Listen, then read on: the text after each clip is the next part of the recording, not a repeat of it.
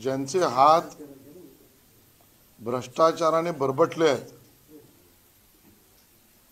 ज्यांच्या हातामध्ये सामान्य मुंबईकरांच्या स्वप्नांच्या चुराड्याचं रक्त लागलंय आणि ज्यांच्या हातामध्ये सामान्य माणसाने बँकेत जमा केलेल्या पैशाची काळोखी लागली आहे, अशा लोकांना म्हणजेच शिवसेनेच्या लोकांना असे आरोप करण्याचा अधिकार नाही। ज्या पद्धतीने कालपासून तमाशा चाललाय, जणू काही कोणीतरी युद्धावर चाललंय। हे सगळं प्रकरण संपूर्ण मुंबई आणि महाराष्ट्राला माहित आहे। दुर्दैव आहे,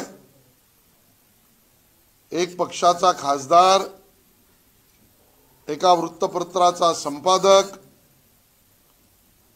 आणि एका शिवसेनेसारख्या पक्षाचा नेता या भ्रष्टाचारात बरबटलाय। प्रकरण समजून घ्या। 47 एकरची राज्य सरकारच्या अंतर्गत असलेल्या म्हाडाची स्वतःच्या मालकीची जागा, ती गोरेगावला, त्या गोरेगावच्या 47 एकरवर 672 मराठी कुटुंब राहत होती। त्यांच्या घराची दुरावस्था, घरं पडायला लागली, कुटुंब वाढायला लागली। मराठी माणसाची अपेक्षा होती, आमचं घर आम्हाला पुनर्विकसित करून द्या। त्या पत्राचाळमधल्या पुनर्विकासासाठी अपेक्षित असलेल्या 672 धारकांच्या पुनर्विकासाचा प्रस्ताव पहिल्यांदा निपुण ठक्कर आणि नंतर गुरु आशिष कन्स्ट्रक्शन कंपनीने विकत घेतला। वायदा काय होता? या 672 मराठी कुटुंबांना 700 फुटाच्या दरम्यानचं घर तिथेच गोरेगावमध्ये पुनर्विकसित करून द्यायचं। कधी झाला होता वायदा? 2007-8 ला। त्या 2007-8च्या वायद्याची परिपूर्तता 2022 पर्यंत झालेली नाहीये। प्रोजेक्ट ज्या गुरु आशिष कंपनीने घेतला, त्यात कोण कोण आहेत? बँक घोटाळ्यातला राकेश वाधवान आणि त्याचा मुलगा सारंग वाधवान, आणि त्यांचा तिसरा पार्टनर कोण? प्रवीण राऊत। या तिघांनी 45 कोटीमध्ये आम्ही पुनर्विकास करू असं सांगून 47 एकरचा प्रस्ताव ठक्कर नावाच्या बिल्डर कडून घेतला 2007-8 ला, आणि त्यानंतर थेट 2010 ते 14 पर्यंत पुनर्विकास तर केलाच नाही, त्या मराठी माणसांच्या स्वप्नाचा खून केला। आणि त्यातनं निर्माण होणारा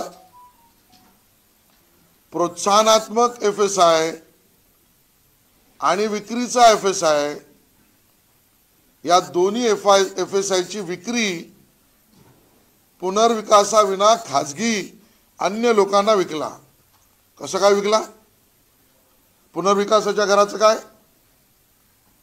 आणि मग जे कायद्यात बसूच शकत नाही, दिस इज अ क्लासिक केस।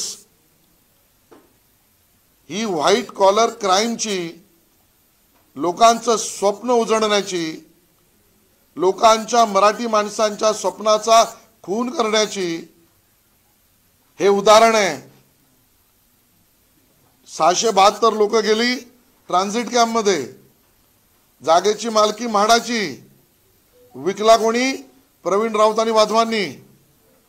आणि ते विकून त्यातना 1039 कोटी रुपये सरकारचा तोटा केला, घाटा केला. 1039 रुपयाचा स्वतःचा फायदा केला. ते कमी होतं की काय? म्हणून या पुनर्विकासामध्ये याच महाशयांनी वाधवान आणि प्रवीण राऊत यांनी एक ट्रायपार्टी अग्रीमेंट केलं होतं सरकार बरोबर.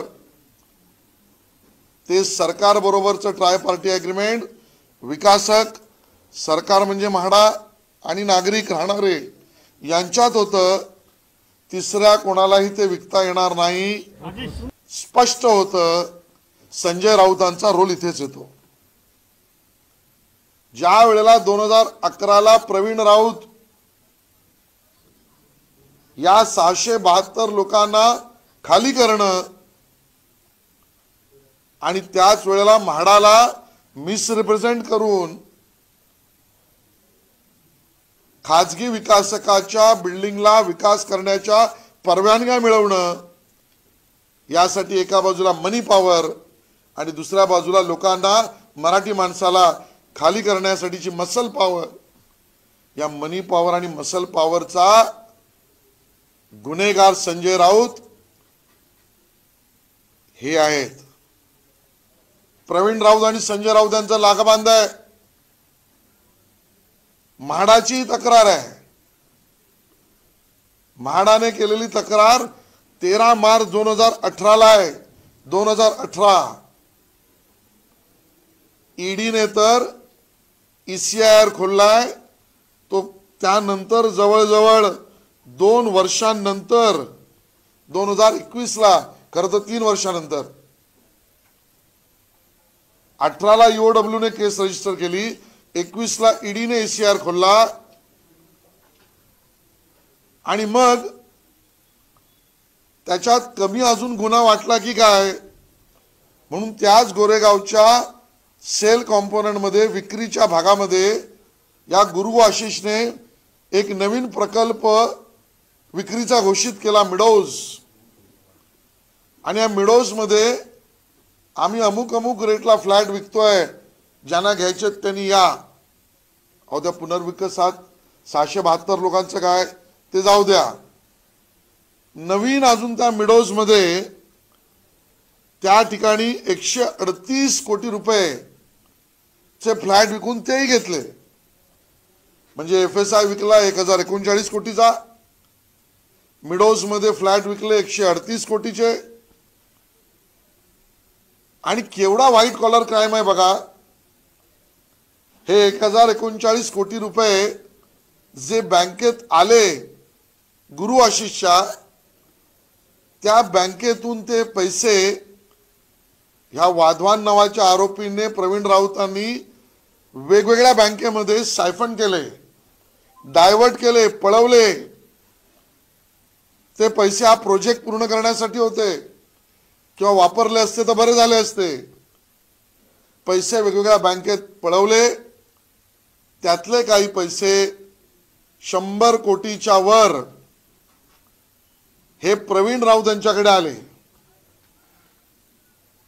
प्रवीण राऊत यांनी त्यातले काही पैसे थेट डायरेक्ट 1 करोडच्या वर, 1 करोड 60 लाख वगैरे हे संजय राऊत यांना दिले. का दिले? संजय राऊत म्हणतात माझा त्यांचा परिचय 2012-13चा. संजय राऊत आणि प्रवीण राऊत चौकशीमध्ये सांगतात माझा परिचय 2012-13चा. पण संजय राऊत यांच्या पत्नी वर्षा राऊत यांच्या अकाउंटवर पैसे येतात 2009 आणि 10 ला, 2010 आणि 11 ला, 2011 आणि 12 ला. मग राऊत साहेब, अनोळखी माणसाकडून चेकने तुम्ही पैसे सामान्य मराठी माणसाच्या पुनर्विकासाच्या स्वप्नाचा खून करून अनोळखी माणसाकडून घेतले चेक. तर त्या अनोळखी माणसाकडून कॅश किती घेतलेत? चौकशीचा मुद्दा आहे. यात सूडबीड काय नाही, सडकून चौकशी चालू आहे, सडेतोड चौकशी चालू आहे. सुडाच्या नावाखाली स्वतःचा भ्रष्टाचार लपवण्याचं काम उद्धवजी तुम्ही करू नका। मराठी माणसाच्या स्वप्नाचा खून तुमच्या पक्षातील खासदाराच्या जीवावर गुरु आशिषने केलाय, त्यात तुमचे हात लाल करू नका। बरं तेवढंच नाही, 1039 गेले करोड, 138 करोड नवीन विकून घेतले, ते कमी पडलं की काय म्हणून या सगळ्या कन्स्ट्रक्शनला बांधकामाला पूर्ण करण्यासाठी बँकेकडून सुद्धा लोन घेतलं आणि मग युनियन बँक ऑफ इंडिया त्याकडून लोन घेतलं 100 कोटी रुपये आणि IL&FS कडून घेतलं 215 कोटी रुपये, म्हणजे 315 कोटी रुपये प्रोजेक्ट बांधकामाचा पूर्ण करायचा म्हणून बँकेकडून घेतले, ज्या बँकेत परत सामान्य नागरिकाचे पैसे आहेत, त्या पैशाने बांधकाम पूर्ण केलं नाही, ते पैसेही दुसरीकडे वळते गेले। म्हणजे हद्द झाली, निर्लज्जपणाचा कळस झाला। गमछे फिरवण्याचा निर्लज्जपणा तुम्ही करता आणि बँकेचे पैसेही पळवता, विक्रीतल्या बांधकामातल्या सामान्य नागरिकाचे बुकिंगचे पैसे पळवता, अनधिकृतरित्या FSI विकून त्याचे पैसे पळवता आणि सगळ्यात भयंकर म्हणजे सामान्य मराठी मुंबईकराच्या पुनर्विकासाच्या स्वप्नाचा खूनही करता आणि मग चौकशी करायची नाही। बरं याच काळामध्ये शिवसेना किंवा उद्धवजी सांगू शकतील का, याच 2010 ते 2021 मध्ये त्याच काळामध्ये दादरला फ्लॅट कसा येतो, भांडुपला घर कसं येतं, त्याच काळामध्ये किहीमला अलिबाग मध्ये प्रॉपर्टी विकत घेतली जाते, हे सगळं प्रकरण काय सोपं आहे? बरं किहीमला ज्यांच्याकडनं प्लॉट खरेदी केले त्यांच्या जबानी आहेत, यात रोखीचा व्यवहार झालाय, मग ही रोख रक्कम आली कुठून? आणि म्हणून या सगळ्या प्रकरणामध्ये कायदेशीररित्या म्हटलं तर सरकारी जागेचा अपव्यय केलाय, नंबर 1। नंबर 2, सरकारी जागा म्हणजे म्हाडा, त्याच्यावर अनधिकृतरित्या तृतीय पक्षाचं, तिसऱ्या माणसाचा अधिकार निर्माण केला। नंबर 3, त्या ठिकाणी राहणाऱ्या आमच्या मराठी 672 कुटुंबांच्या घराचा स्वप्नाचा खून केला। नंबर 4, 1039 कोटी रुपयांचा अपव्यवहार केला। नंबर 5, सरकारला मूर्ख चीट करून ॲग्रीमेंटचा भंग केला, त्यात संजय राऊत यांच्या मनी आणि मसल पॉवरचा उपयोग केला। नंबर 6, 672 लोकांना खाली करताना जी मसल पॉवर प्रवीण राऊत यांनी वापरली, त्याचं समर्थन, बळ आणि उत्पत्ती शिवसेनेच्या संजय राऊतांच्या ताकदीवर होती। नंबर 7, त्याच जागेवर नवीन बांधकामात विक्रीचं आश्वासन देऊन 138 कोटी रुपये कमवले। आणि नंबर 8, सामान्य मुंबईकराचे बँकेतले पैसे, IL&FS मधले 215 कोटी आणि युनियन बँक ऑफ इंडियातले 100 कोटी, हेही पैसे वळवले आणि अजूनही प्रोजेक्ट अपूर्ण ठेवला। आणि नंबर 9, यातले पैसे थेट आलेले रेकॉर्डवरचे काही करोड दिसले, कॅश मधले किती आले अजून समजत नाहीत। हे थेट संजय राऊतांच्या परिवाराकडे आले।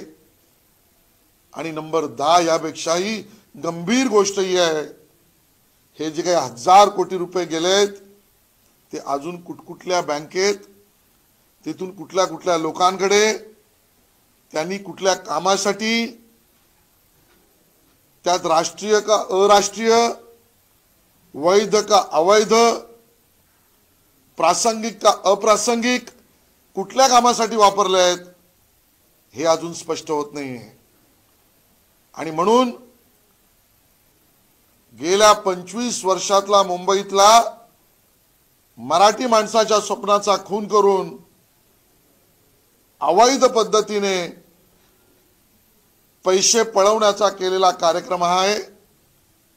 आणि हे सत्य आहे, याचं पाप शिवसेनेकडे आहे। कारण बाळासाहेबांची शिवसेना 20% राजकारण, 80% समाजकारण म्हणत होती।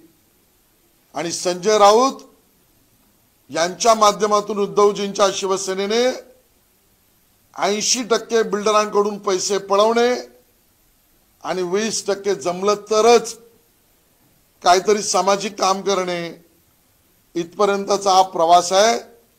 याचा पाठपुरावा सामान्य मुंबईकरांना न्याय मिळण्यासाठी भाजप करील आणि करील। उद्धव ठाकरेंनी संजय राऊत यांच्या कुटुंबियांची भेट घेतलेली आहे आणि त्यानंतर प्रसार माध्यमांशी संवाद साधताना म्हटलेलं आहे की शिवसेना पक्ष संपवण्याचं काम भाजपा करत आहे। खरं तर त्यांच्या पक्षातीलच शिवसेनेचे शिंदेबरोबर असलेले आमदार हाच आरोप उद्धवजींवर करतायत की उद्धवजी तुम्ही शरद पवारांबरोबर आणि सोनियाजींबरोबर बसून शिवसेना का संपवताय। आणि त्यामुळे 60 आमदारांच्या पक्षातील 50 आमदार उद्धवजींनाच म्हणतात की तुम्ही संपवताय शिवसेना।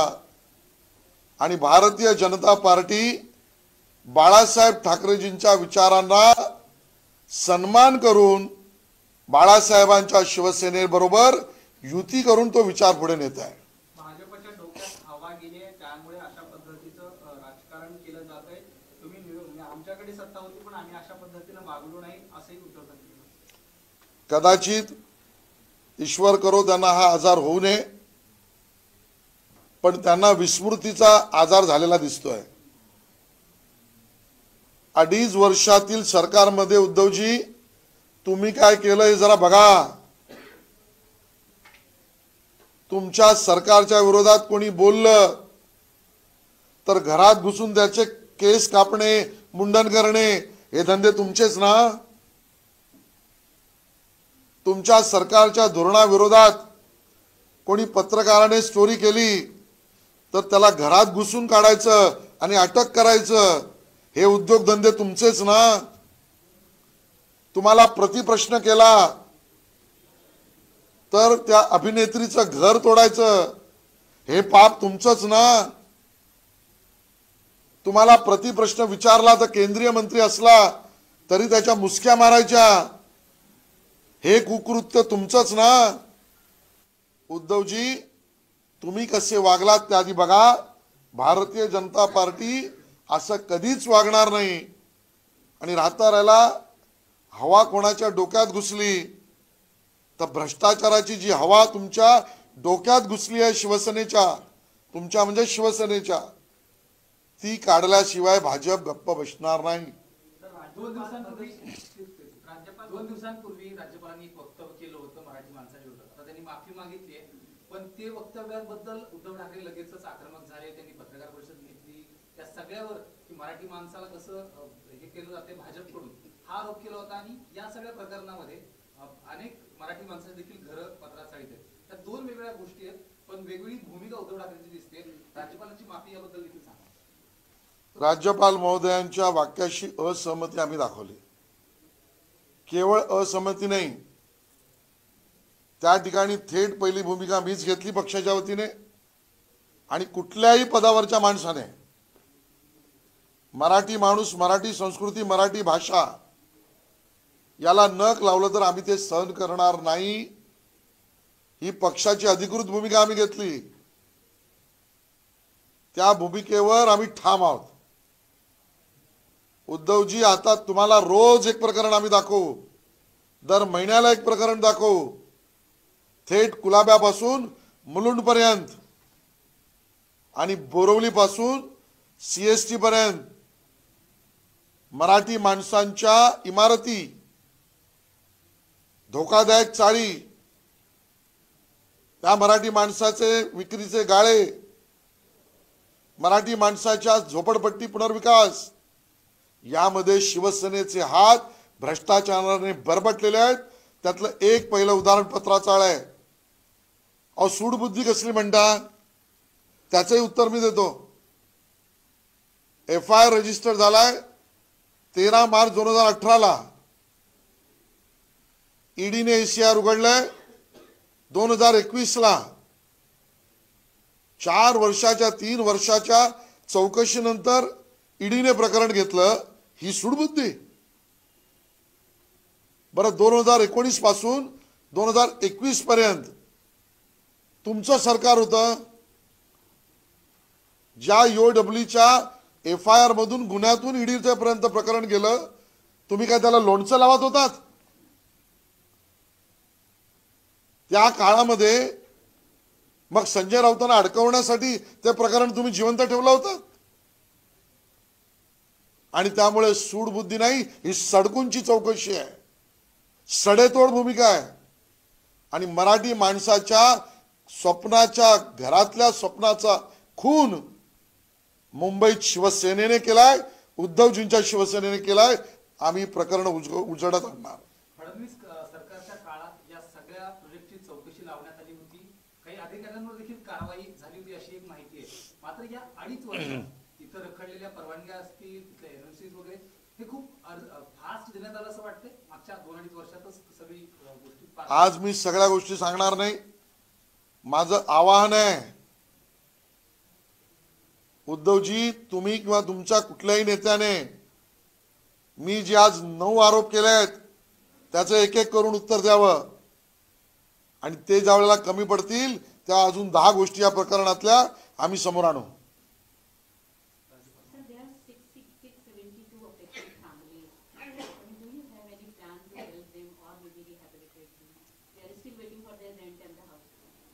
मैं हिंदी में स्पष्ट करता हूं. कल परसों से जो तमाशा चल रहा है, मानो कोई युद्ध पर जाकर देश के लिए लड़ रहा है, इस तरीके से तमाशा और नौटंकी शिवसेना के लोग और संजय राउत जी कर रहे हैं. ये जनता को मूर्ख समझते हैं क्या? हमारा इनको सवाल है. ये पूरा क्राइम, ये बहुत बड़ा संगीन क्राइम है. इस गुनाह को, क्राइम को समझना बहुत आवश्यक है. 47 एकड़ की महाराष्ट्र सरकार की म्हाडा की जगह, उस पर बसे हुए हमारे मराठी बंधु, 672 घर उनके थे. कल्पना ये थी, वायदा ये था, ये 672 घरों में बसे हुए मराठी व्यक्तियों का घरों का पुनर्विकास होगा और उस पुनर्विकास, रीडेवलपमेंट को सुविधा मिले, इसके लिए सरकार इंसेंटिव FSI देगी और सेल कंपोनेंट होगा. इस प्रोजेक्ट को खरीद लिया ठक्कर नाम के बिल्डर से, गुरु आशीष नाम के कंपनी ने. ये गुरु आशीष ने 672 मराठी हमारे जो परिवार थे, जिनका सपना खुद का घर गोरेगांव में वहीं पर 700 स्क्वायर फीट का मिले, ये 2007-8 का सपना पूरा करना था, 2022 तक अब नहीं हुआ है. ये गुरु आशीष कंपनी वाले आए. इस कंपनी के डायरेक्टर कौन है? बैंक फ्रॉड का आरोपी राकेश वधावन, उसका बेटा सारंग वधावन, और इनका तीसरा साथी संजय राउत का दोस्त प्रवीण राउत, ये तीनों ने 672 मराठी परिवारों का सपना पूरा करना था, लेकिन शिवसेना ने और इन्होंने मिलकर उनके सपनों का खून कर दिया। रीडेवलपमेंट तो बाजू में रह गया, लेकिन उसी प्लॉट पर सेल का एफएसआई अन्य लोगों को बेचकर 1039 करोड़ रुपया इन्होंने नगद में कमाया और वो बैंक में ट्रांसफर हो गया। अरे लेकिन मूल रहवासियों का घरों का क्या? कुछ नहीं, अता पता नहीं। 1039 करोड़ बिल्डर को मिल गया, जिसमें गुरु आशीष में प्रवीण राउत भी है। वो कम था, इसके लिए उधर ही हम नया सेल की बिल्डिंग बना रहे हैं जिसका नाम मिडोज टावर। ऐसा नया सपना दिखाया और उसमें भी घर बेचे, वो भी मुंबई वासियों ने खरीदे। उससे 138 करोड़ रुपया लिया। 1000 करोड़ रुपए तो गया, 138 करोड़ रुपया घर बेचने का सपना देखकर सेल कंपोनेंट का भी भगा लिया। ये भी कम था। इसके लिए इस पूरे कंस्ट्रक्शन के प्रोजेक्ट को हम पूरा करेंगे, ऐसा गुरु आशीष कंपनी ने कहा और उसके लिए बैंक से लोन लिया। बैंक में भी आम आदमी का पैसा है, उधर भी फोर्जरी की मिस रिप्रेजेंटेशन किया। यूनियन बैंक ऑफ इंडिया से 100 करोड़ लिया, आईएलएफएस से 215 करोड़ रुपए लिया और इस 315 करोड़ से ये मेरे 672 गरीब मराठी परिवारों का सपना पूरा होता तो कुछ कहते, लेकिन वो भी नहीं। वो 315 करोड़ रुपया भी साइफन ऑफ कर दिया, बैंक को फ्रॉड किया, प्रोस्पेक्टिव कंज्यूमर को, प्रोस्पेक्टिव बायर को भी फ्रॉड किया, वहां रहने वाले मराठी आदमी को भी चीट किया और ये पैसा उसमें से 100 से ज्यादा करोड़ रुपया प्रवीण राउत के अकाउंट में आया, इन्वेस्टिगेशन में आया है। और उस 100 करोड़ में से 1 करोड़ से ज्यादा का अमाउंट चेक से संजय राउत के अकाउंट में आया। क्यों आया? गुरु आशीष से संजय राउत तुम्हारा संबंध क्या है? 1000 करोड़ में से जो आपको 1.5 करोड़ आया वो क्यों आया? सवाल का जवाब शिवसेना को और उद्धव जी को देना पड़ेगा। बैंक को फ्रॉड किया ये संजय राउत जी, आपको पता था, आपने छुपाया क्यों? म्हाडा का एग्रीमेंट, सरकारी महाराष्ट्र सरकार का एग्रीमेंट स्वयं स्पष्ट था। वो निवासी लोग, डेवलपर और म्हाडा कि यहां पर थर्ड राइट क्रिएट नहीं होगा, फिर भी म्हाडा से परमिशन मिस रिप्रेजेंट करके सांसद इस नाते प्रवीण राउत को मदद करने में संजय राउत का हाथ क्यों था? वहां पर जो 672 लोग बसे हुए थे मराठी परिवार, उनको वहां से निकालने के लिए मसल पावर का उपयोग प्रवीण राउत ने किसके जान पर किया? पॉलिटिकल सपोर्ट किसका था? संजय राउत उसका जवाब दे, शिवसेना उसका जवाब दे। और वो लोग आज भी 2022 तक मेरे मराठी परिवार के 672 लोग अभी भी ट्रांजिट कैंप में। पहले 3 साल रेंट मिला, उसके बाद रेंट भी नहीं मिला, ना घर मिला ना रेंट मिला। लेकिन राउत साहब, आपके दोस्त और आपके मित्रों को 1039 करोड़ मिला। और इसी दरमियान संजय राउत जी इन्वेस्टिगेशन में कहते हैं मैं प्रवीण राउत को 2012-13 को जानता हूं। झूठ बोलने की हद हो गई। 2012-13 को आप संजय राउत जी को जानते हैं, फिर 2009-10 में संजय राउत जी आपके पत्नी के अकाउंट पर 50 लाख कैसे आ गया? वही प्रवीण राउत के अकाउंट से आ गया। 2011-12 में और पैसा आ गया। बिना पहचान वाले व्यक्ति से मराठी आदमी के सपने का खून करके आपके अकाउंट पर पैसा आता है, ये कौन सी राजनीति आपकी है? क्या संजय राउत जी और शिवसेना जवाब दे सकते हैं? उसी 2014 से अब तक, 2010 से अब तक, इसी दरम्यान में राउत साहब आपने दादर में फ्लैट लिया, वो 672 मराठी आदमी तो बाहर, आपका दादर में फ्लैट हो गया। आपने भांडुप में भी जगह खरीद ली, आपके आंखों में आंसू नहीं आए, वो 672 लोग बाहर हैं। आपको ठंडी समंदर की हवा चाहिए थी तो आपने किहिम में प्लॉट ले लिए, अलीबाग में। वो मराठी आदमी बेघर, अलीबाग में आपके प्लॉट, वो मराठी आदमी का घर का सपना टूट गया, आपका दादर और भांडुप में घर। उद्धव जी, आपकी शिवसेना और संजय राउत का इसमें सीधा सीधा हाथ है, जवाब आपको देना पड़ेगा। और इस तरीके के भ्रष्टाचार की अगर इंक्वायरी होती है तो ये खुन्नस नहीं है, ये कानूनन तरीके से हो रही है।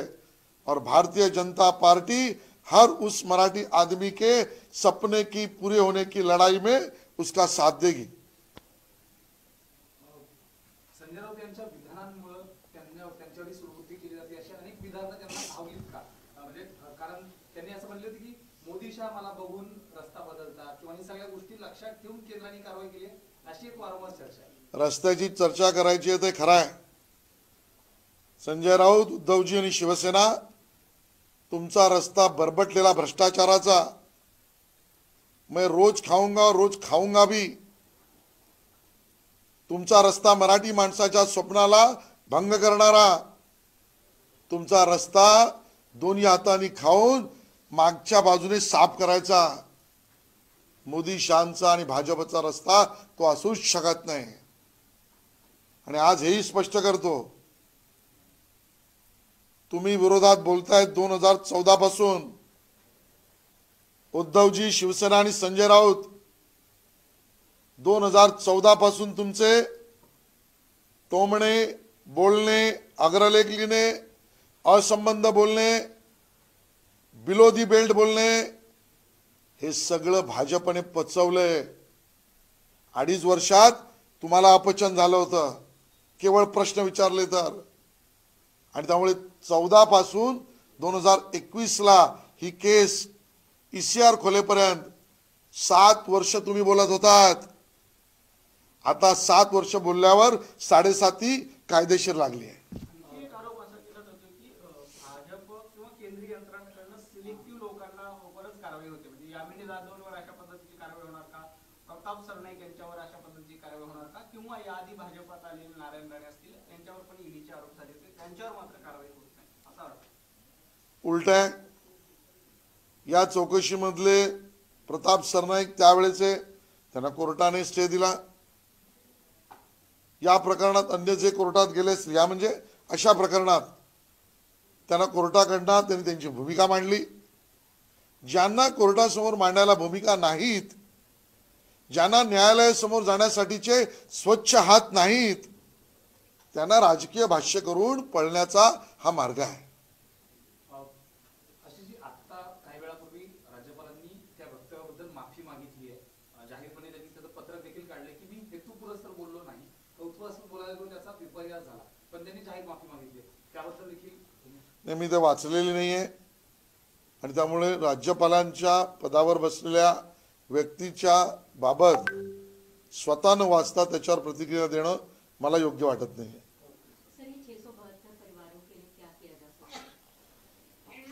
672 परिवारों का ट्राई पार्टी एग्रीमेंट गुरु आशीष इन्होंने जो भंग किया वो संजय राउत जी के मसल और मनी पावर पर। आज उस ट्राई पार्टी एग्रीमेंट को जीवित करके